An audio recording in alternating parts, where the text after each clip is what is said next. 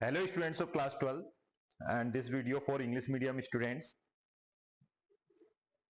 Okay, तो देखते हैं what we have to see. Chapter number 14 के कुछ क्वेश्चंस जो डिवाइस बेस्ड हैं वो हम समझते हैं और इसमें सबसे पहले मैंने जो चैप्टर का नेम अगर बात करें तो सेमीकंडक्टर डिवाइसेस एंड इलेक्ट्रॉनिक्स है हमारे चैप्टर का name. You know this very well. चाहे एमपी बोर्ड के स्टूडेंट्स हो चाहे सीबीएसई बोर्ड के स्टूडेंट्स हो, ये चैप्टर में हमारा एक क्वेश्चन आता है या हम समझ सकते हैं. क्या क्वेश्चन है? What is rectification?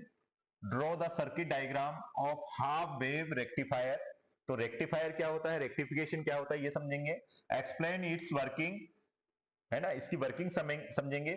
Show the input AC voltage and output voltage waveform from the rectifier circuit. ठीक है, रेक्टिफायर सर्किट से हम ये सारे कॉन्सेप्ट भी समझेंगे.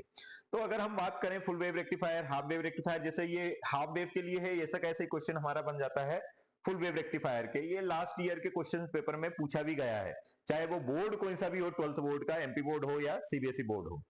थोड़ा सा बहुत कॉन्सेप्ट चेंज हो जाता है, बाकी टॉपिक पूछा जाता है. डिवाइस बेस्ड है और ये हमारा एक इंपॉर्टेंट चैप्टर भी है जो कि आपका 7 मार्क्स कैरी करता है. कितने मार्क्स कैरी करता है? 7 मार्क्स. तो मुझे लग रहा है कि ये चैप्टर में एक सिंगल पॉइंट्स भी आपसे मिस नहीं होना चाहिए. और भी टॉपिक्स पर मैं वीडियो बनाऊंगा इसी चैप्टर के for English medium students only. Right, I will explain in Hindi also, क्योंकि हिंदी माध्यम वाले बच्चों का ऑलरेडी मेरे वीडियोस यूट्यूब पर हैं. तो मैं चाहूंगा कि ये इंग्लिश मीडियम वाले बच्चे भी समझ लें और चाहे तो हिंदी माध्यम वाले जो इंग्लिश को ट्रांसलेट करना समझ सकते हैं या लिखा हुआ समझ सकते हैं तो वो भी समझ सकते हैं. So first of all, what is rectification? Rectification is a process in which we just convert alternating current into direct current. If we just say कि अगर कोई alternating current का मतलब होता है ये जिसका मैग्नीट्यूड एवरी टाइम चेंज होता है जाता है, और इसको हम अगर डायरेक्ट करंट में बोलते हैं, लेकिन डायरेक्ट करंट भी कैसा, पल्सेटिंग फॉर्म में जो मिलता है, तो उसमें कन्वर्ट करने की जो प्रोसेस होती है, this is known as the rectification. Now what is the condition, what is the thing? Rectifier. अगर रेक्टिफिकेशन प्रोसेस है तो रेक्टिफायर क्या है? Rectifier is a device which convert alternating current into direct current. मतलब एक ऐसी डिवाइस को हम रेक्टिफायर बोल रहे हैं जो अल्टरनेटिंग करंट को किस में कन्वर्ट कर रहा है? डायरेक्ट करंट में कन्वर्ट कर रहा है और पल्सेटिंग फॉर्म में कर रहा है. अगर हम पल्सेटिंग फॉर्म को एक स्ट्रेट लाइन वाले जो हम ड्रॉ करते हैं कि भाई अगर आपसे बोला कि डीसी करंट को या डायरेक्ट करंट को ड्रॉ करिए तो आप ऐसा करते हैं. तो ये पल्सेटिंग को हटाकर किया गया है, एनवलप करके किया गया है. इसके लिए हम कैपेसिटर, इंडक्टर, डिवाइसेस यूज करते हैं. बट यहां पर सिर्फ कॉन्सेप्ट है तो हम वही समझेंगे, कन्वर्ट करने का नहीं बोल रहे हैं कि उसको ऐसे प्योर फॉर्म में करना है, हम पल्सेटिंग फॉर्म में देखेंगे. So I hope rectification is a process and rectifier is a device. And now these rectifier are there are two types of rectifier. One is what full wave rectifier and another is what half wave rectifier. So first of all I am just showing you half wave rectifier. क्या दिखाना चाह रहा हूं मैं आपको यहाँ पर? Half wave rectifier. तो ये चीजें हमें समझ में आ गई. आगे समझते हैं बच्चों. देखिए डायग्राम हम पहले समझ लेते हैं, क्योंकि हमें if we are understanding diagram then we can write working also. और वर्किंग में मैंने वैसे तो शॉर्ट में लिख दिया है, लेकिन वर्किंग में इसी में समझा दूंगा. तो ये डायग्राम किसका है? ये हाफ वेव रेक्टिफायर का डायग्राम है. और साथ ही साथ में इसमें इनपुट और आउटपुट सिग्नल है. इनपुट सिग्नल की बात कहेंगे तो वो ऐसी सिग्नल होंगे जैसा कि अभी आपको मैंने बताया था, और आउटपुट सिग्नल में आपको पल्सेटिंग फॉर्म में मिलेंगे. चलिए समझते हैं सर्किट डायग्राम क्या है. तो सर्किट डायग्राम में हम आते हैं और सर्किट डायग्राम को बहुत अच्छे से समझते हैं बच्चों. तो जैसा कि आप ये देख रहे हैं, ये वाली थिंग्स जो है, ये वाला यहां से यहां तक, ये जो है इसको हम बोलते हैं ट्रांसफॉर्मर. और अगर देखा जाए तो ये ट्रांसफॉर्मर कौन सा है बच्चों? ये स्टेप डाउन ट्रांसफॉर्मर है. स्टेप डाउन ट्रांसफॉर्मर में आपको पता है ये बीच में रॉड जो होती है वो सॉफ्ट आयरन कोर की होती है, जो मैग्नेटाइजेशन और डीमैग्नेटाइजेशन का काम करने के लिए हेल्प होती है. और ये जो है जिनको हम क्या बोलते हैं? Number of turns. Number of turns में ये प्राइमरी का आपकी कॉइल है and this is what secondary coil. Why we are calling step down transformer? This is step down transformer because number of turns in primary coil, number of turns in primary coils are number of turns in secondary coil, means number of turns in primary coils more than number of turns in secondary coil. ठीक है, अब हमने ये primary और secondary already लिखा है. Input से हम कौन सा सिग्नल देते हैं? अल्टरनेटिंग सिग्नल देते हैं. और आउटपुट लोड जो रेजिस्टेंस होता है इससे क्या लेते हैं? आउटपुट सिग्नल लेते हैं. ये लोड रेजिस्टेंस से आउटपुट लेंगे. इसमें होता क्या है, जो पॉजिटिव जो ये जो हम जो साइकिल इनपुट का जो साइकिल बना रहे हैं, तो पहले आप इसका सारे सर्किट डायग्राम को समझ लीजिएगा. आई होप समझ में आया होगा इसका. अब हम इसका वर्किंग समझते हैं तब और क्लियर हो जाएगा. तो देखिए वर्किंग समझने के लिए मैंने 2 पॉइंट्स लिखे हैं. During positive half cycle, during negative half cycle. तो पहला वाला जो पॉइंट है वो ड्यूरिंग पॉजिटिव हाफ साइकिल, आपको पता है कि करंट जब हम अल्टरनेटिंग करंट को ड्रॉ करते हैं तो ये वाले साइकिल को पॉजिटिव साइकिल बोलते हैं, पॉजिटिव हाफ साइकिल बोलते हैं, और ये वाले पार्ट को क्या बोलते हैं, नेगेटिव हाफ साइकिल। तो अगर मैं बोल रहा हूं ये पहले वाले पार्ट की, तो पहला क्या है, during positive half cycle. During positive half cycle में क्या होता है, तो ड्यूरिंग पॉजिटिव हाफ साइकिल में ये ए पॉइंट जो है, ए वाला पॉइंट है, ये इस पर कौन सा आता है, प्लस वाला पॉइंट आता है, और ये ए किससे कनेक्टेड है, पी वाले पार्ट से।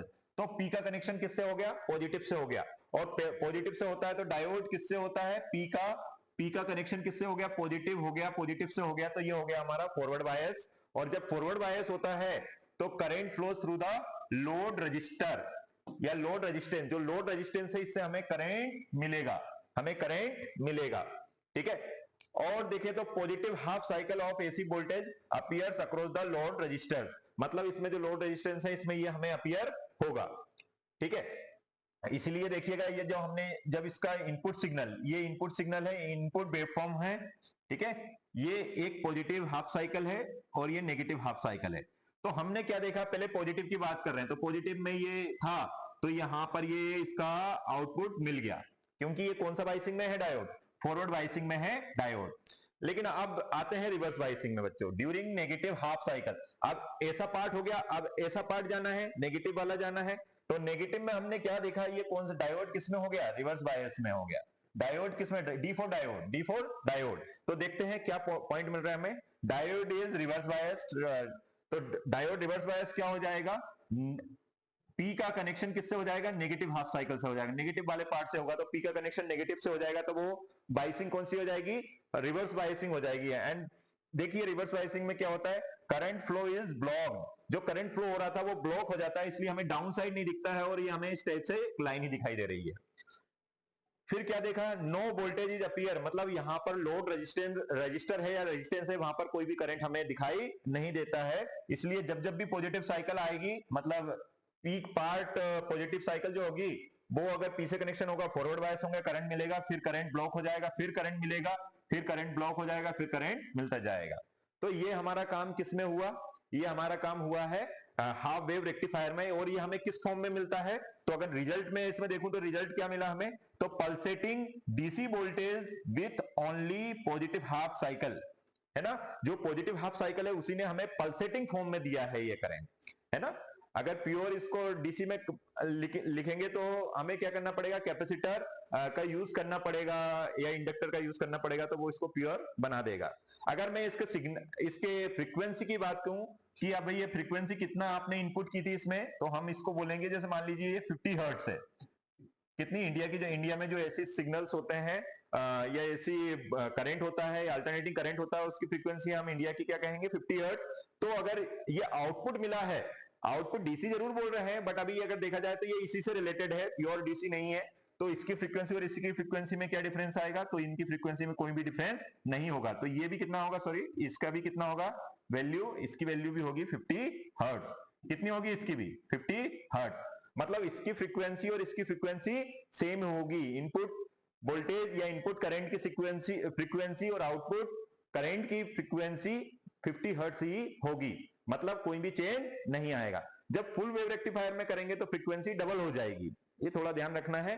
तो ये मैंने आपको एक नोट्स प्रोवाइड करने के हिसाब से मैंने आपको बता दिया है कि what is rectification, what is rectifier, and explain half wave rectifier, and also show input and output signal of half wave rectifier. So I hope you understood this topic which is related to rectifier. Thank you.